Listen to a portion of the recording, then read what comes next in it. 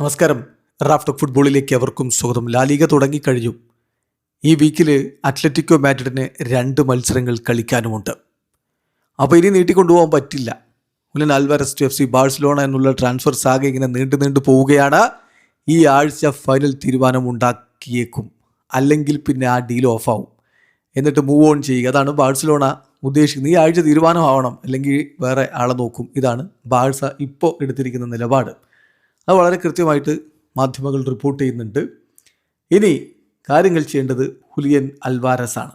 Julián Alvarez Atletico മാഡ്രിഡിൽ നിന്ന് തനിക്ക് പുറത്തു പോകാൻ കഴിയും എന്നുള്ള ഒരു സിറ്റുവേഷൻ ഉണ്ടാക്കിയെടുക്കണം. കാരണം അദ്ദേഹത്തിന് 2029 വരെ അങ്ങ് അത്ലറ്റിക്കോ മാഡ്രിഡിൽ കോൺട്രാക്റ്റ് ഉണ്ട്. ബാഴ്സലോണ ആദ്യം ഒരു ഒഫീഷ്യൽ ബിഡ് 100 മില്യൺ യൂറോയുടേത് മുന്നോട്ട് വെച്ചെങ്കിലും അത് അത്ലറ്റിക്കോ മാഡ്രിഡ് നിരസിക്കുകയും ഹുലിയനെ വിൽക്കാനില്ല എന്ന് പറയുകയും ചെയ്തതാണ്. അപ്പോൾ അതുകൊണ്ട് ബാഴ്സയുടെ എന്തെങ്കിലും സ്റ്റെപ്പ് ഇനി ഉണ്ടാവണമെങ്കിൽ ഹുലിയൻ അത്ലറ്റിക്കോ മാഡ്രിഡിൽ നിന്ന് പോസിറ്റീവായിട്ടുള്ള കാര്യങ്ങൾ ഉണ്ടാക്കിയെടുക്കണം. ഡിയേഗോ സിമിയോണിയുമായിട്ട് ചർച്ച ചെയ്തു. പക്ഷേ സിമിയോണി കൈയൊഴിഞ്ഞു. സിമിയോണി പറഞ്ഞു, എനിക്ക് കളിക്കളത്തിൽ നിന്ന് സഹായിക്കാൻ പറ്റും, പക്ഷേ ഇത്തരം കാര്യങ്ങൾ ഞാനല്ല, ക്ലബ്ബാണ്, ക്ലബിൻ്റെ ബോർഡാണ് തീരുമാനിക്കേണ്ടതെന്ന് പറഞ്ഞുകൊണ്ട് സിമിയോണി കൈയൊഴിഞ്ഞു.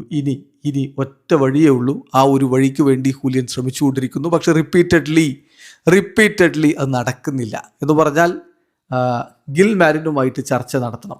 അങ്ങനെ ഗിൽ മാരിനുമായിട്ട് ചർച്ച ചെയ്യാനുള്ള ഹുലിയൻ്റെ ശ്രമങ്ങൾ റിപ്പീറ്റഡ്ലി ഡിലേഡ് ആവുകയാണ്.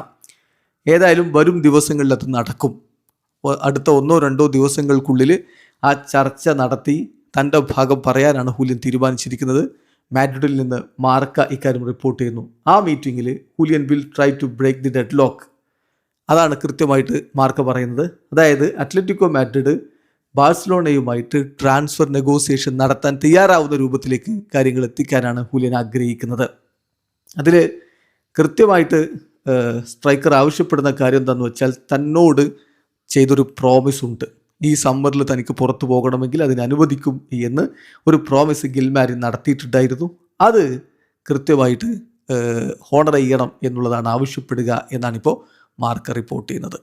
ഏതായാലും ഇത് നിർണായകമായിട്ടുള്ള നീക്കമാണ്. ഗിൽമാരിനുമായിട്ട് സംസാരിച്ച് പോസിറ്റീവായിട്ടുള്ള ഔട്ട്കം ഉണ്ടാക്കിയെടുക്കുക. അതിൽ പരാജയപ്പെട്ടാൽ പിന്നെ ഈ ഡീല് നടക്കില്ല എന്ന കാര്യം ഉറപ്പാണ്. അപ്പോൾ ബാഴ്സലോണയും പ്രിപ്പയർഡാണ്. ഈ ആഴ്ച നടന്നില്ലെങ്കിൽ പിന്നെ ഇല്ല എന്ന് തന്നെയാണ് അവരും കരുതുന്നത്. അവർക്ക് എന്തായാലും ഒരു സ്ട്രൈക്കർ ആവശ്യമുണ്ട്. അതുകൊണ്ട് പ്ലാൻ ബിയിലേക്ക് അവർ കടക്കും. പ്ലാൻ ബി എന്ന് പറഞ്ഞാൽ അവർ കുറച്ച് താരങ്ങളെ അവർ കൺസിഡർ ചെയ്യുന്നുണ്ട്.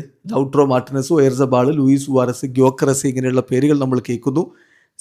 കഴിഞ്ഞ മണിക്കൂറുകളിൽ ഏറ്റവും അധികം ചർച്ച ചെയ്യപ്പെട്ട പേര് വിക്ടർ ഗ്യോക്കറസിൻ്റേതാണ്.